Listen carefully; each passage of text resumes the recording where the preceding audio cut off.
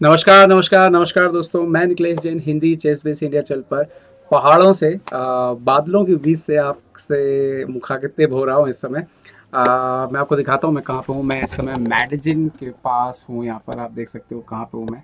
ये बादल जो है बिल्कुल मेरे पास ही है। कभी कभी तो यहाँ जहाँ मैं बैठा हूँ यहाँ से भी होके जा रहे हैं। तो बहुत ही खूबसूरत एक जगह है। खैर, ये वीडियो मैं आपके लिए इसलिए लेकर के आया क्योंकि भारत के रोहित ललित बाबू जो कि ग्रैंड मास्टर हैं हमारे, ललित बाबू, उन्होंने वीरदानी कप इंटरनेशनल टूर्नामेंट जो है जीत लिया है। उन्होंने 8वें राउंड में अमीन तबातबाई को मात दी पहले, और उसके बाद जो है देखिए आप, ये टूर्नामेंट खत्म हुआ है और टाई ब्रेक में पहले स्थान पर रहे हैं भारत के रोहित ललित बाबू।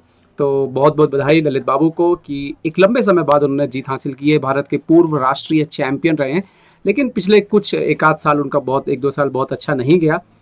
लेकिन बहुत खुशी हो रही है मुझे देख के कि खिलाड़ी बहुत टैलेंटेड है। 2650 के आसपास भी अभी हो सकता था, लेकिन कोई बात नहीं। मुझे लगता है एक बार फिर से जो है शादी अभी भी हुई है उनकी, और उसके बाद एक नई शुरुआत मुझे नज़र आ रही है और खेल में एक नया निखार नज़र आ रहा है। खैर, अमीन तबातबाई को आज की डेट में हराना बिल्कुल आसान बात नहीं है, क्योंकि ईरान का ये खिलाड़ी 2700 क्लब का अगला बड़ा दावेदार जो है वो माना जा रहा है। तो आइए देखते हैं ऐसा क्या कुछ हुआ।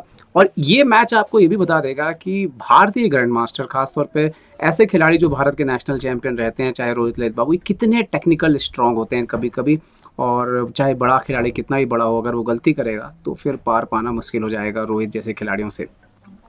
D4 के साथ शुरुआत हुई। ललित बाबू यहाँ पर सफ़ेद मोरों से खेल रहे थे। तबातबाई ने नाइट F6 खेला, C4, G6, नाइट C3 और बिशप G7, E4 और D6। इसके बाद क्लियर हो गया था कि किंग्स इंडियन डिफेंस खेला है यहाँ पर तबातबाई ने, मतलब कि आक्रमण करना चाहते हैं, आक्रमण करके जीतना चाहते हैं रोहित ललित बाबू के ऊपर। ठीक है, नाइट F3, कासल H3 यहाँ पे किया, E5, ओके, D5। तो रोहित ने यहाँ पर जो है सेंटर उसको जो है थोड़ा ब्लॉक कर दिया। नाइट H5 यहाँ पे गए तबातबाई। So now G3। अब ये यहाँ पर देखिए वाइट जो है वो थोड़ा सा डिले जा रहा है कैसल करने में, जो कि अधिकतर वाइट कभी कभी जल्दी कर देता है, क्योंकि यही होता है अर्ली डेविएशन जो जैसे इसमें हुआ है किंग्स इंडियन में। जैसे H3 जो किया गया है शुरुआत से, उसके बाद से अब इसमें वाइट कभी कभी इंतजार करता है और लॉन्ग कैसल कर जाता है, और ऐसे में ब्लैक को उस तरह से आक्रमण करने का मौका नहीं मिलता जैसा कि ब्लैक सोचता है। Okay, night A6, bishop E3, यहाँ पर डेवलपमेंट कंटिन्यू करते हैं, और F5। अब देखने वाली बात यह है कि अगर ये F5 तब आया होता जब व्हाइट ने शॉर्ट कैसल कर लिया होता, तब तो ये काफ़ी टिपिकल हो सकता था। लेकिन फिलहाल अभी यहाँ पर देखिए कि रोहित इसका सामना कैसे करते हैं। रोहित ने खेला E/F5, E/F5, क्वीन D2। अब अगर आप मान लीजिए कि F4 डायरेक्ट आते हैं अभी, सो G/F4, अगर आप E/F4 मारेंगे तो बिशप D4, और अगर नाइट F4 मारेंगे तो रुक G1, और इसके बाद देखिए चूंकि लॉन्ग कैसल का ऑप्शन है, व्हाइट ही यहाँ पर बेटर रहेगा। तो उन्होंने खेला नाइट C5, लॉन्ग कैसल यहाँ पे कर लिया यहाँ पर ललित बाबू ने। सो अब फाइनली जो है यहाँ पर तबातबाई जो है वो F4 के लिए जाते हैं, F4 खेल देते हैं। Okay, bishop into C5, F। अच्छा, यहाँ से जो मैच है वो बड़ा ही इंटरेस्टिंग हो गया। अगर मान लीजिए कि DC5 मारते तो आप देखिए व्हाइट खेलेगा G4, नाइट F6 और बिशप D3 के बाद ये पोजीशन व्हाइट के लिए बहुत ज़्यादा अच्छी है, बन चुकी है। ठीक है, E5 का एक अलग वीकनेस है, और जो आप क्वीन साइड से, किंग साइड से अटैक करना चाहते थे वो ऑलरेडी बंद हो चुका है, बल्कि उल्टा आपके ऊपर अटैक हो सकता है वहां से। तो यहाँ से तबातबाई ने गेम को जो है बड़ा कॉम्प्लिकेट करने की कोशिश की, और इसके बाद हर एक चाल पे रोहित ललित बाबू जो है बिल्कुल परफेक्ट नजर आते हैं। F/G3 मारा यहाँ पर। ओके, तो बिशप E3 वापस ले लिया, तो अभी पीस रिकवर करना है, तो रुक इंटू F3। बट यहाँ पर रोहित ने बराबर कैलकुलेट कर लिया था, इसीलिए उन्होंने बिशप पीछे लिया। अभी अगली चाल आती है बिशप E2। ओके, अब आपको पीछे हट के आपका जो है घोड़े पे सपोर्ट लगाना है, तो रुक F5 लुकता है, only move, and now bishop G4। और इसके बाद ये क्लियर हो गया था कि रोहित ने कम से कम एक्सचेंज जो है यहाँ पर तबातबाई का ले लिया है। तो इसके बाद पूरे गेम में आप देखिए कि तबातबाई कोशिशें करते रहे, कुछ ना कुछ क्रिएट करते रहते रहे, लेकिन ललित बाबू ने कोई मौका नहीं दिया। G/F2, जो रुक H/F1, वो पॉन मारने की तैयारी। नाइट F4, तो यहाँ पर खेला बिशप इंटू F5, एक्सचेंज ले लिया, bishop into F5, bishop into F4, pawn into F4, और यहाँ पे खेला रुक इंटू F2। ओके, अब आप देखिए एक्सचेंज अप है। एक ही चीज़ की थोड़ी सी चिंता आप कर सकते हो कि सामने वाले के पास डबल बिशप है, लेकिन अल्टीमेटली उनका राजा भी इतना अच्छा नहीं है कि सब कुछ जो है वो संभाल के ले जाए। सो क्वीन F6 खेला यहाँ पे ब्लैक ने।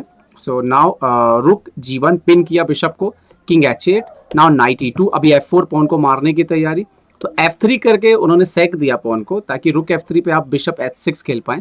लेकिन यहाँ पर बराबर कैलकुलेट किया था ललित बाबू ने, कोई मौका नहीं दिया। नाइट F4 गए।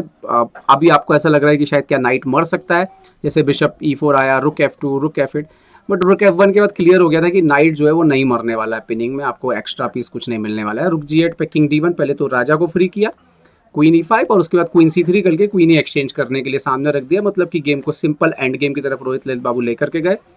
बिशप C3, C6 वगैरह ब्रेक दिया, लेकिन रोहित ने इसके बाद अपने हाथियों का भी बड़ा अच्छा इस्तेमाल किया, और जिस तरह से राजा को मैनवरिंग करके निकाल के लेके गए ना, वो भी बड़े मजेदार है। रुक E6 आए, बिशप पर अटैक किया, D6 के पॉन पर अटैक किया, बिशप G7, सो D6 का पॉन मार लिया, बिशप C3 यहाँ पे पॉन गया, बट नाइट E6। तो आप देखिए धीरे धीरे व्हाइट ने अपने पीसेस जो है वो बहुत ही अच्छी पोजीशन पे पहुंचा दिए हैं।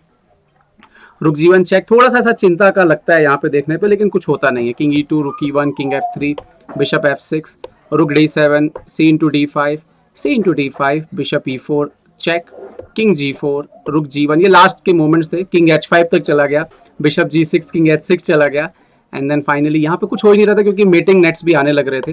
उन्होंने खेला बिशप E8, क्योंकि अभी रुक इंटू F6 भी आ रहा है, बट रुक इंटू H7 के बाद यहाँ पे रिजाइन कर दिया अमीन तबातबाई ने।